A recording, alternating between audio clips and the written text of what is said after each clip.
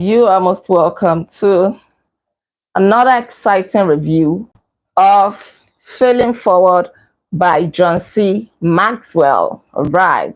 Sorry, I need to adjust my lights a little bit. Okay, this is better. So, we are in for another exciting review tonight. Yes, as we look at chapter 6 of this awesome book. Chapter 6 is titled No Matter What Happens to You, Failure is an inside job. Life is not simply holding a good hand. Life is playing a poor hand well, says Danish. This is a Danish saying. Right. There are some stories in this chapter 6 that are very, very profound. They are mind blowing. And if you take the lessons from those stories, they can help you to start seeing failure in another light. They can help you to start failing forward. They can help you not to feel dejected in the face of failure or challenges. They will help you to bounce back from failure as quickly as possible. When you learn to accept responsibility for yourself, your problems, and your failures, you are better prepared to fail forward. Now, this is learning to accept responsibility for your problems, challenges, failures, and so on. And speaking in this way suggests that those problems are caused by you. But what happens? But what about when you are faced with overwhelming difficulties that you did not create and you cannot control? How do you learn to accept responsibilities for this? At no time in life are people more prone to allow failure to overcome them and give up than when external circumstances cause extreme hardship or grief. But ultimately, no matter whether the difficulty is self-created or comes from somewhere inside them or comes from somewhere outside them, failure is created within them. It is always an inside job. Now, let us take this illustration so that you understand how failure is an inside job, irrespective of whatever happens to you in life. There's a story here of a man named Greg Horn. So in 1999, he met with the author, John C. Maxwell, and he told the author a story that the author himself found to be mind-blowing.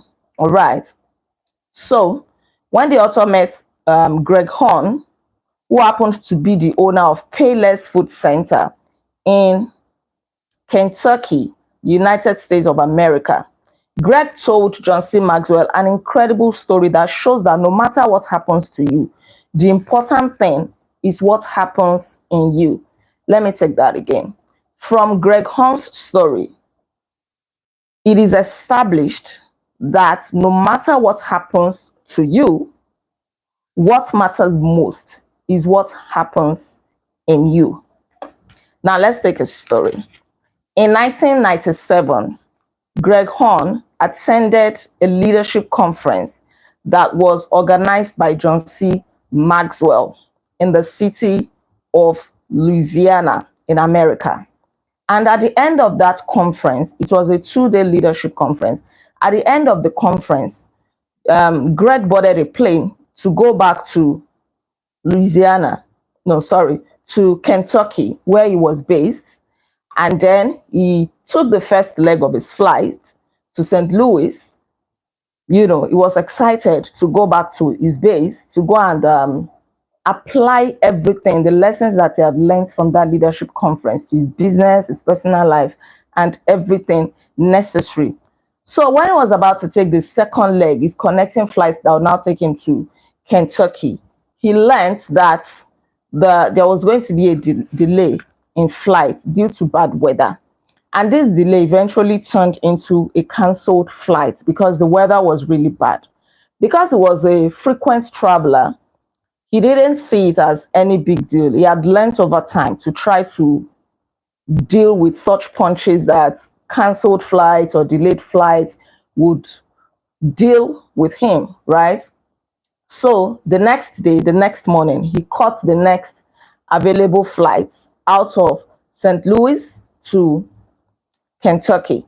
All right. So when he landed in Kentucky, in Lexington, that was when he realized, and then it dawned on him that that bad weather was actually a very big deal, and that it had caused a lot of havoc in Kentucky. Right. So as he drove towards Cynthiana, the town where he was based, he started to see that this rain had done a lot of damage to so many things, houses, shops, and so on.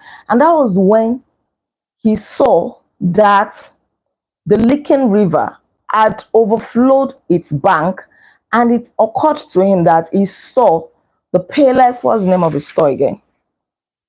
Payless Food Center might have been affected by the rain or this bad weather. And so he went straight up to his store.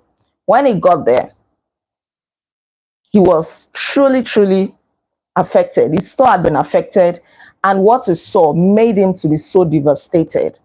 Because when he got there, he found that the area was flooded. He stood afar off from his store because the flood would not even allow him to get close to his store.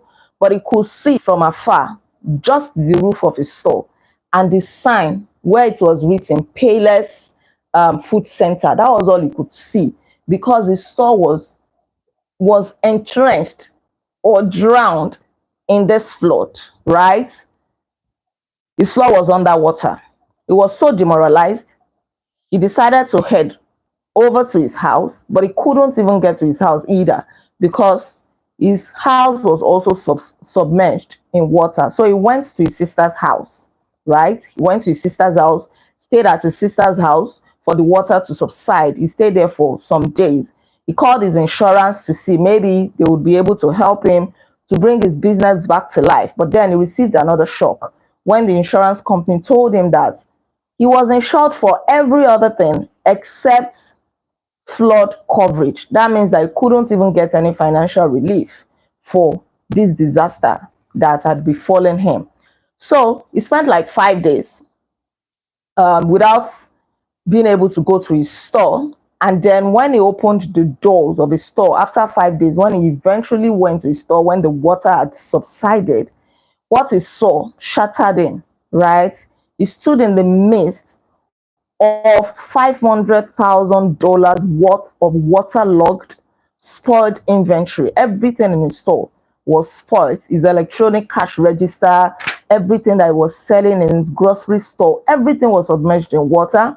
Even his 500-pound deep freezer, that where they would keep ice and everything, the water had moved this deep freezer. For you to understand the magnitude of the flood, the water had moved this deep freezer to another location. He felt so demoralized. It was a total mess. And this mess was enough for him to lock the door back and give up forever, right? To say, you know what, this is the end of it. I have tried. I am no more trying to no more going to try to open this store. I have done my best. So at that point, he said he had the choice. He could have given up, acknowledging that tragedy had caused his business to fail. He could have also filed for bankruptcy, but he did not do that. So that was when the principles that he learned from the leadership conference dawned on him, and some of the words came back to him. And these words are this: it is not what happens to me. It is what happens in me. So it is not what happens to you. Because in life, so many things are going to happen. But then it is what happens in you. Whatever happens within you is what is going to determine the circumstances around you. Right? So it is not the size of the problem, but how you handle the problem. This is what the statement means. It is not about the problem. It is not about that bad circumstance. It is about how you handle it. When I fall, I keep getting up. I was determined to overcome this experience, said Greg. So he decided to, assess the building. And luckily for him, the building was still structurally strong.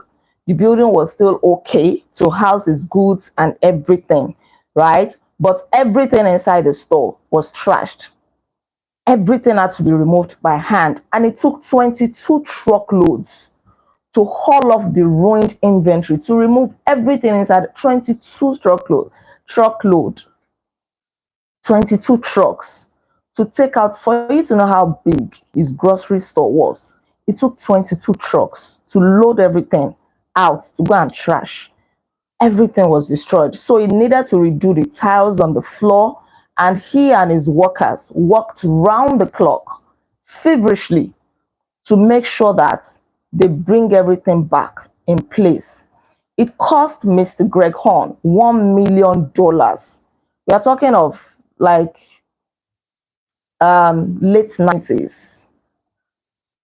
It took him $1 million, but he was able to reopen his Payless Food Center in a miraculous 16 days. Yes. So altogether, the store was closed for 21 days. 5 days before they started working to put it back in shape. And then the moment they started working, it took them 16 days to put back the ruins into shape, right? So now, assessing the impact of this devastation on Greg. How does a person assess the impact of an event like the flood that ruined Greg Horn's store? Is this something that can be measured in dollars? For some people, maybe they'll say, okay, I lost money. Is this something that can be measured in days to say, oh, my store has been closed for like 15 days, 20 days. I couldn't open my hair salon. I couldn't open my carpentry shop and things like that. You know, how do you even gauge the emotional impact of this kind of destruction on the owner? I'm sure Mr. Greg would have cried, right? If it was somebody like me that that is very emotional, God forbid, I can only imagine the impact, because nobody can truly imagine the impact of this kind of destruction, wreck on the owner, whether you're a man or a woman. Some people don't cry openly, right? They bottle in their emotions, but for days their eyes are going to be red.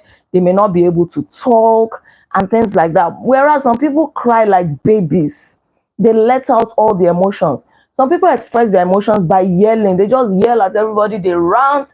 You know, if you are like the Oyimbos, white people, Caucasians, some of them can remove things from the table like this. They can just smash it on the wall and things like that. They just sorry, they just blow, kick their laptops, their computers, and destroy everything that they are able to destroy, right? So people let out their emotions in different ways. So you cannot assess the impact, the emotional impact of this kind of damage on the owner, right?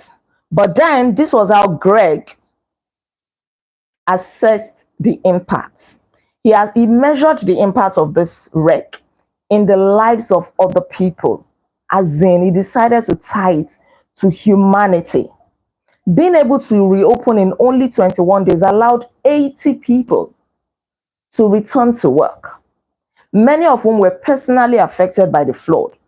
So what motivated Greg to quickly work on his ruined store to bring it back to shape was the lives of these 80 employees involved, some of whom already had their houses and personal belongings destroyed by the flood.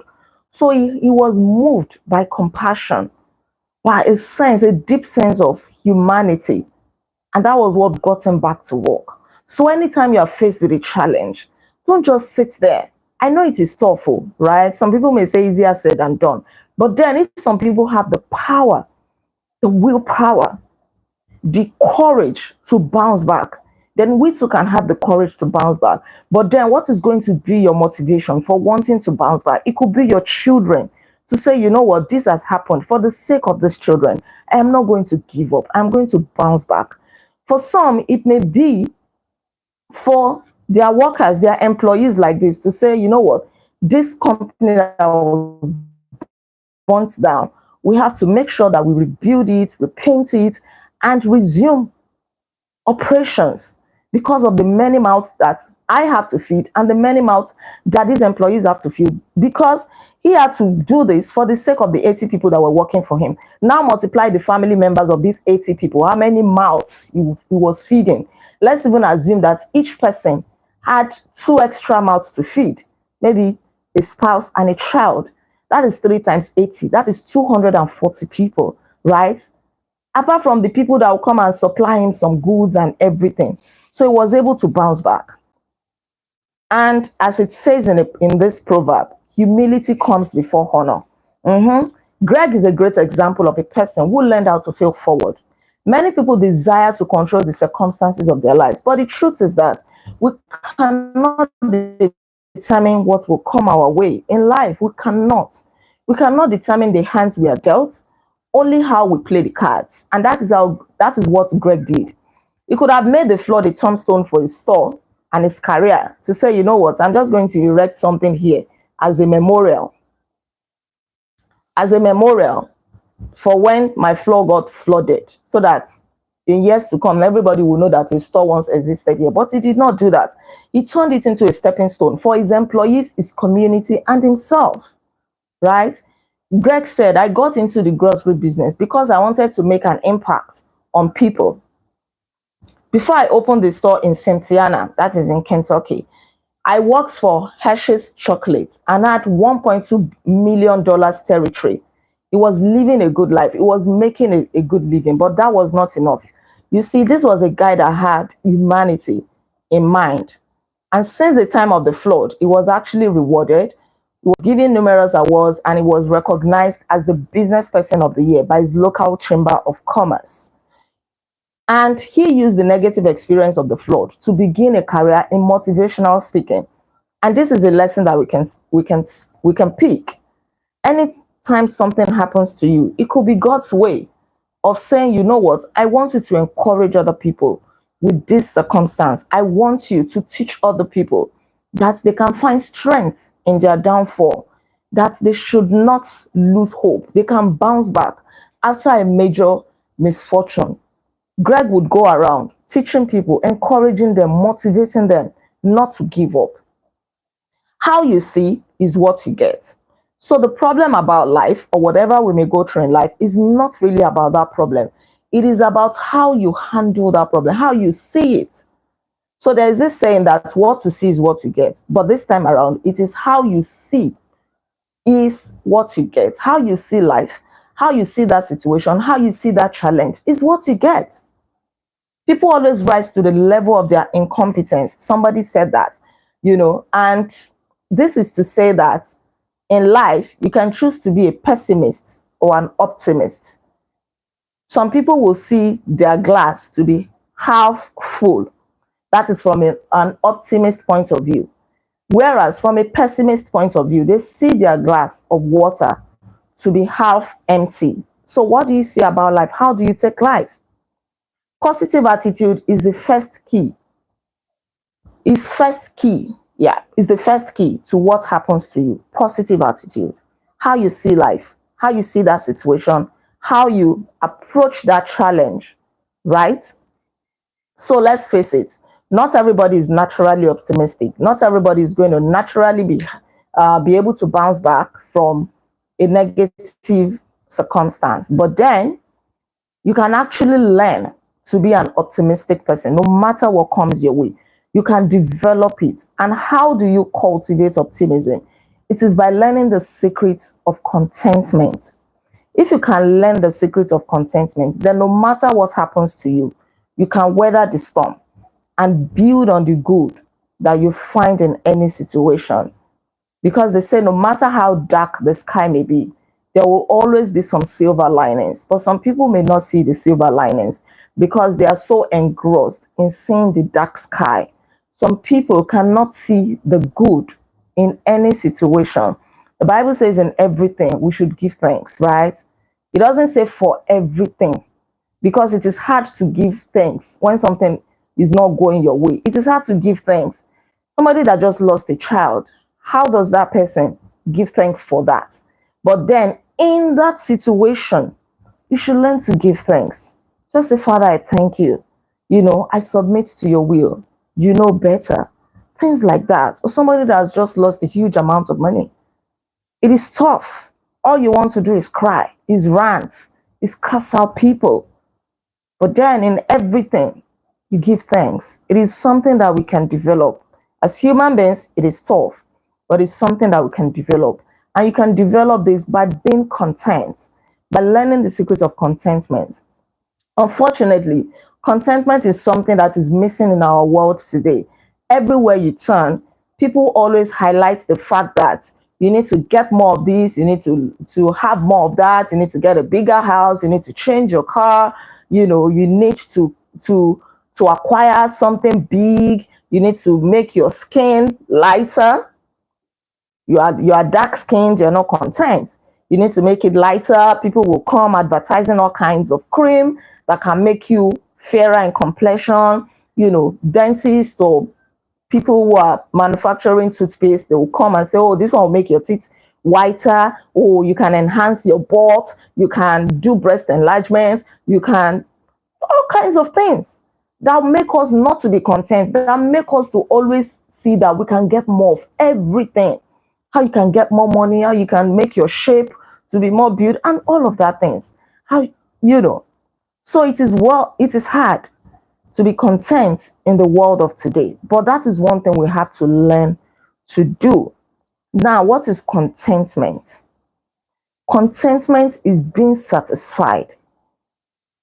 Not being satisfied in a bad way, because something cannot be going bad and then you expect to be satisfied with that. But there is something called healthy contentment. That means you don't fret, right? You don't fret, you don't panic, even in the face of difficulties. Your mind is at rest. You have that inner peace while you try to work on the things that are not working well in your life. There's just that inner peace. You're not running helter skelter, because people that get engaged in rituals and all kinds of vices, it is because they lack contentment. That is why they would kill, they would maim, they would do all kinds of terrible things to make money. They don't have contentment. But if you have contentment, even if you are eating bread morning, afternoon, night in your house, you are not going to covet your neighbor who is eating bread and sardine and shawarma and stepping it down with Coca-Cola and all of that thing. You're eating your bread with peace of mind while hoping and trusting that you're not going to eat that bread for life, that your situation is going to change. But then there are a lot of misconceptions about contentment. Let's look at what contentment is not. Contentment is not containing your emotions. Let out your emotions. I am somebody that lets out my emotions. But then in letting out our emotions, we have to let it out with control. Don't let out your emotions destroying relationships or destroying things here and there. Put your emotions under control. Don't get mad while you're trying to let out your emotions. At the same time, don't try to bottle up your emotions, because it doesn't always end well. People who bottle up their emotions, by the time they will have an outburst, it is usually disastrous. Learn to let out your emotions, express your feelings in a healthy way, in a way that will bring you relief, right? So bottling up your emotions is not contentment. Contentment is also not maintaining your current situation. Your situation cannot be bad, and then you say, oh, I'm content, I want to do nothing about it. There's a story here of a man who refused to change. The dad of John C. Maxwell was a pastor, right? And there was this church member of his who was a farmer, but then who refused to improve himself. So the dad of John C. Maxwell would always tell this guy, would always encourage him, sometimes cajole him, that he should try and change. He should try and improve himself. And this guy would always say, well, I'm not making much progress, but I am well established. Until one day, he actually was stuck on his farm. His truck got stuck in mud, and he tried everything he could to bring it out. Coincidentally, the dad of John C. Maxwell was passing, and as this guy was trying to bring out this truck out of the mud, and to no avail, his dad wound down his car window and said to this farmer, well, you are not making much progress, but you certainly are well established, just in a way to tease him, right? So you can't be in one situation, things are not working, and then you say that is contentment. That is not contentment. While you're at peace, while you're not panicking, you must make efforts to make sure that your situation improves. Contentment is also not attaining position, power, or possessions. Some people think that, oh, the moment I have money, the moment I buy that car, the moment I build my house and my family, move into that house, we're going to be content. But you see that once you have the house that you desire, the money, the car, and everything, you're still not content, because contentment comes from within. There are so many rich people who are not content, even though they have all the money. The politicians of today, many of them are not content, not all. Many of them don't have contentment. They keep stealing and stealing because they lack contentment. What they have is never enough for them. So they keep looking for ways to steal more and more and more and more money until some of them will eventually land in jail, right? So contentment comes from having a positive attitude. It means expecting the best in everything, not the worst. Contentment means remaining upbeat even when you get beat up. Contentment means seeing solutions in every problem, not problems in every solution. Contentment means believing in yourself even when others believe you have failed. Contentment means holding on to hope even when others say it is hopeless. So you need to have a positive outlook to life. Have a positive action. That is the other key to what happens in you. So it is not about what happens around you. It is about what happens in you. Have a positive outlook to life. Have a positive attitude. Speak positive. Things are not going well. You don't want to keep saying negative things. Our words carry power. Yes, this tongue that you see has the ability to give us life or death. So don't be moved by what is going on around you. Have a positive attitude. And as you're having a positive attitude, take positive action as well. That is very, very important. And how do you take positive action? Assess whether what you're going through is a fact. A fact is something that you cannot change in life. If you are short, that is a fact. There is nothing you can do about it. You are short, you are short. If you think that you are too tall, that is a fact. You have to accept it. If you are dark skinned, it is a fact. No matter the amount of bleaching cream that you use, you are dark skinned, you are dark. The moment you stop using that that bleaching cream, the bleaching, am I saying bleaching? The bleaching cream, right? God help you that you now live in Nigeria where the sun is so harsh. If you stop using it in a week's time or maybe 2 weeks, you will return to your dark skin. You cannot do anything. You will return back. In fact, you may become darker. And if care is not taken, you may get skin cancer because you have bleached off the top layer of your skin, right? So you had better accept it. Me now, I'm fair skinned. If I decide to be dark skinned, oh, I wish I was dark. I'm only wasting my time. So anything that happens to you, there are some things you cannot control. So accept it as a fact so that you don't bother yourself. There's a saying that may God give us the courage to accept the things that we cannot change in life. And now, apart from facts, there are some things, right, that are problems. So we have facts, we have problems. A problem can be solved, right? A problem can be solved. If your teeth are bent, for example, you don't like your dentition, you can go to the dentist. They can correct it. They can correct it. So that is a problem. Like in the case of Mr. Greg Horn, his shop was flooded. So that was a problem. It was eventually corrected, right? He did not sit there to say, oh, I wish my store was located in another place. I wish this, I wish that. So you should understand the difference between a fact and a problem so that you don't waste your time. When Mr. Greg saw that what happened was a problem, he quickly swung into action and then he started looking for a way to bounce back, to bring his store back into shape. So whatever you face in life is a state of mind. Failure is an inside job. It is a state of mind. Success is also a state of mind. Whichever one a person embraces in life is a function of the person's mindset, right? If you want to achieve, you have to win the war in your thinking first. You cannot grow above your thinking. There is nothing any pastor can do. There is no amount of motivation that any motivational speaker can give you.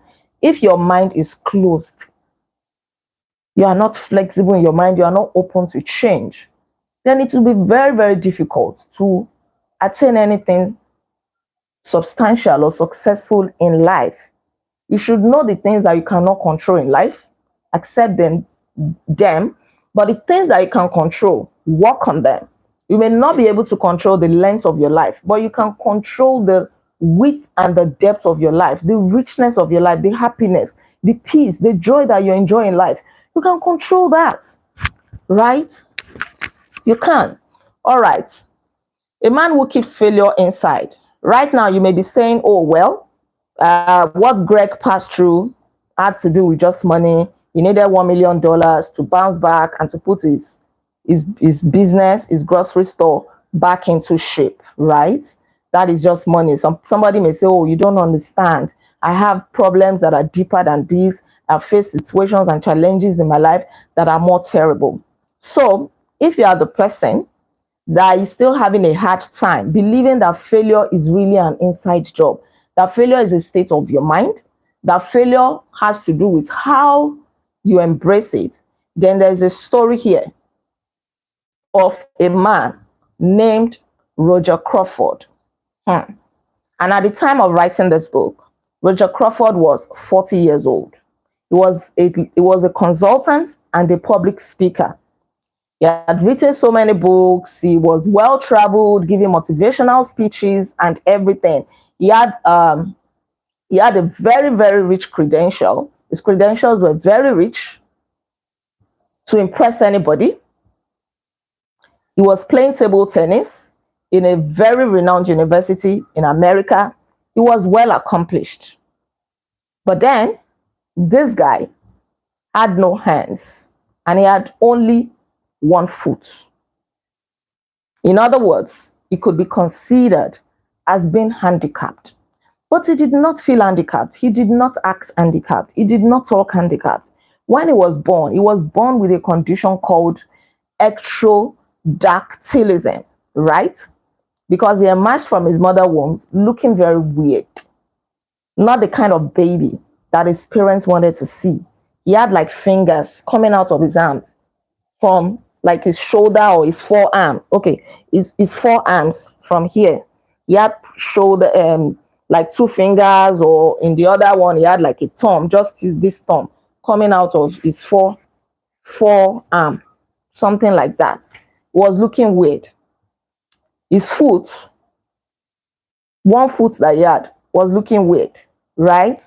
And when he was 5, the only foot that he had to be amputated. Probably it caused some medical risks to him and things like that. His left leg possessed a shrunken foot with only 3 toes. Can only be imagined. And it was eventually amputated when this guy was 5 years old. Various medical professionals told his parents that he wouldn't be able to walk, that he wouldn't be able to take care of himself, he wouldn't be able to lead a normal life like other human beings, complete human beings. And the moment his parents recovered from this shock, must have been a very big blow, right? The moment they recovered, they decided that they were going to raise him in love. They would raise him to be strong. They would raise him not to see himself as being handicapped. So they did a great job. They introduced him to all kinds of sports. They introduced him to everything that he could do to make him see himself as a normal person. They took him to a normal public school. They didn't take him to a school for special needs and all of that. They didn't treat him differently. They told him that he should pursue everything that his heart desired. And so he did all kinds of things. For him to have been playing table tennis, he was a professional table tennis player, certified by the United States Professional Tennis Association, right? So he did everything. They taught him to be positive, to think positively. He said, something my parents never did was to allow me to feel sorry for myself or to take advantage of people because of my handicap. If you live in a place like Nigeria, for example, I'm sorry, I didn't mean to laugh, but you will see some people who probably lost only one finger and they'll be on the road begging for alms, begging for money. They feel handicapped. Or somebody who has a bad leg, probably the person is just limping, and then they feel handicapped.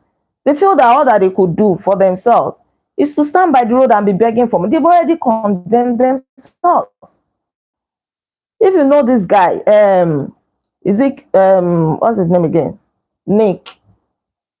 Vijunic, something like that. Hand life without limbs. He's an Australian man. No, no. In fact, he is even looking. I'm trying to use the right word now. I think his own situation is even worse than this guy that is being Nick Vosick. Thank you. I knew you would come to my aid, Mr. Ike. Yeah, he is look even. I don't know which whether him Nick or Roger Crawford. I don't know whose condition is even worse now. But if you know Nick, no limbs, no legs, nothing, just like a stump from his waist, and that's how he was born, with one tiny foot coming out of. Just go and search his just go and look for him, look for his picture in case you have not come across him. Right. So it depends on how. Thank you, Tetra Amelia. So it depends on how you see yourself. So this guy did not feel handicapped, and he said that he appreciated the encouragement and training that his parents gave him. He did not appreciate it in the beginning, but then the moment he came across somebody, a man, who called him on phone and was eager to meet him, when he eventually met this guy at a restaurant and he decided to give him a handshake, and the guy also stretched forth his own little arm, he saw that they were in the same condition. The guy was also like him. So at first he was excited that, oh, at least I've seen somebody that is similar to me, and this guy is older, he'll be able to mentor me, he'll be able to give me an encouragement. But he was shocked at the attitude of this other guy. He said that, the guy was very bitter with him. How do I see the like emoji? I'm not sure. Just check around. Just check around the screen. He said this guy was very bitter. Unlike Roger Crawford, this guy did not have a positive outlook to life. He was bitter, he was pessimistic, he blamed all of his life's disappointments and failures on his anatomy, on his physical condition, the way he was looking, his disability. He said that, where he was working, he was a victim of discrimination, but he wasn't, because this guy himself confessed that he would always get to work late, he would be absent frequently, he wouldn't take responsibility for his work, his attitude was bad, because he had the entitlement mentality, that the world owed him, and that his problem was opposed to his problems deserved pity. He deserved pity. He deserved to be treated preferentially by the world, but the world did not agree to that. He was even angry that Roger Crawford did not share his sentiments, right? He said that they kept touch for a while, but he soon realized that even this guy, even if some miracle was suddenly to give him a perfect body, his unhappiness and lack of success would not change, because it comes from within. There are people who are rich today who have very beautiful cars. They are supposed to be happy going by what they have on the outside, but within they are not happy. They don't have peace. So it is not about what you have. Happiness, joy, peace is a thing of the mind. It comes from within. You must learn to be content in life. See, life is too long. Let me not say short. Life is too long for you to be going around unhappy, or for you to be focusing on the things that you don't have. Oh, if only I was taller, if only my parents were rich, if only my teeth were nicer, if only I had a round face, if only I had long hair. Life is too long for all of that. You don't want to spend 70, 80, 90, 100 years of your life regretting the things that you don't have. Why don't you focus on the things that you have? Focus on the things that are working in your life. Enjoy your life to the fullest. This is my own philosophy. I'm not going to cry and regret over. In fact, there are no regrets in my life. In one previous chapter in this book, Failing Forward, we said there are no mistakes. There are only lessons. Even if you make any mistake and you feel that, you have really messed up, don't dwell on it. Move past it so that you can enjoy your life. People who make bigger mistakes, they bounce back. In Nigeria, there's something that people usually say to move past mistakes. They'll say, now I mess up, I don't kill person. Meaning that, I only messed up, I only made a mistake, I didn't kill somebody. And so that mentality will enable them to quickly move on, right? So it's not about what you have or who you are. If your happiness does not come from within, then you can never be happy. Nobody can make you happy. Your spouse cannot make you happy. Your children cannot make you happy. There were people who were like, oh, if I get married, I'm going to be happy. It's going to be heaven on earth. It's going to be lovey-dovey. And then they got married. They see that their spouse is not making them happy. Their spouse is not romantic. It's not giving them the kind of life that they had expected. The happily ever after kind of life. They're not getting it.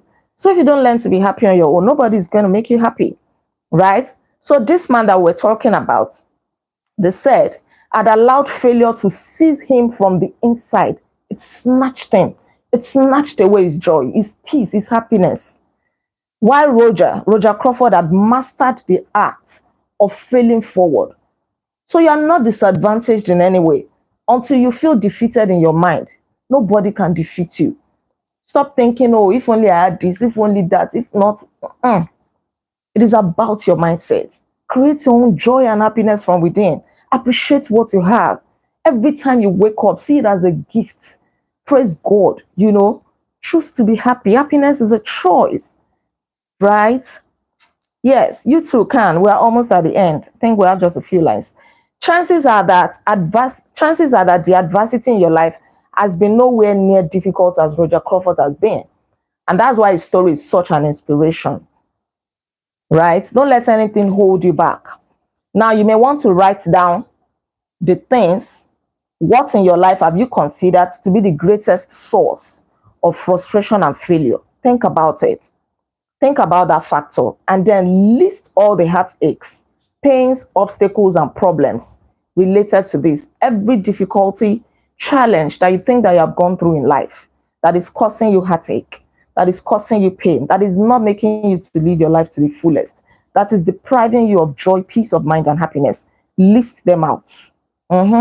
List them out. List the difficulties, then list the action that you need to take for you to move past them so that your joy can come from within, right?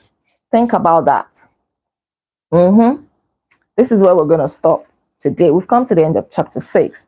It's been a very interesting review. Don't forget that no matter what happens to you, failure is an inside job. Happiness is an inside job. Joy, peace, sadness, whatever is an inside job. If it doesn't come from within, it cannot affect your life. The circumstances around you cannot bring you down if you don't allow your mind to be defeated, right? Take charge of your life. I want you to be very happy. I want you to live a fulfilling life, to live your life to the fullest. All right. Thank you so much for tuning in. Please don't forget to like this video. If you have not liked it, drop all of your comments and please subscribe to this channel in case you are yet to subscribe. I remain Olaide Agbaje, also known as First Lady. And on this channel, I inspire you to live intentionally. Tomorrow, we're going to meet again for the review of chapter 7, which is titled, Is the Past Holding Your Life Hostage? It is going to be another interesting review. Until then, be intentional. Bye-bye. You are welcome. You're welcome. You're welcome. Good night.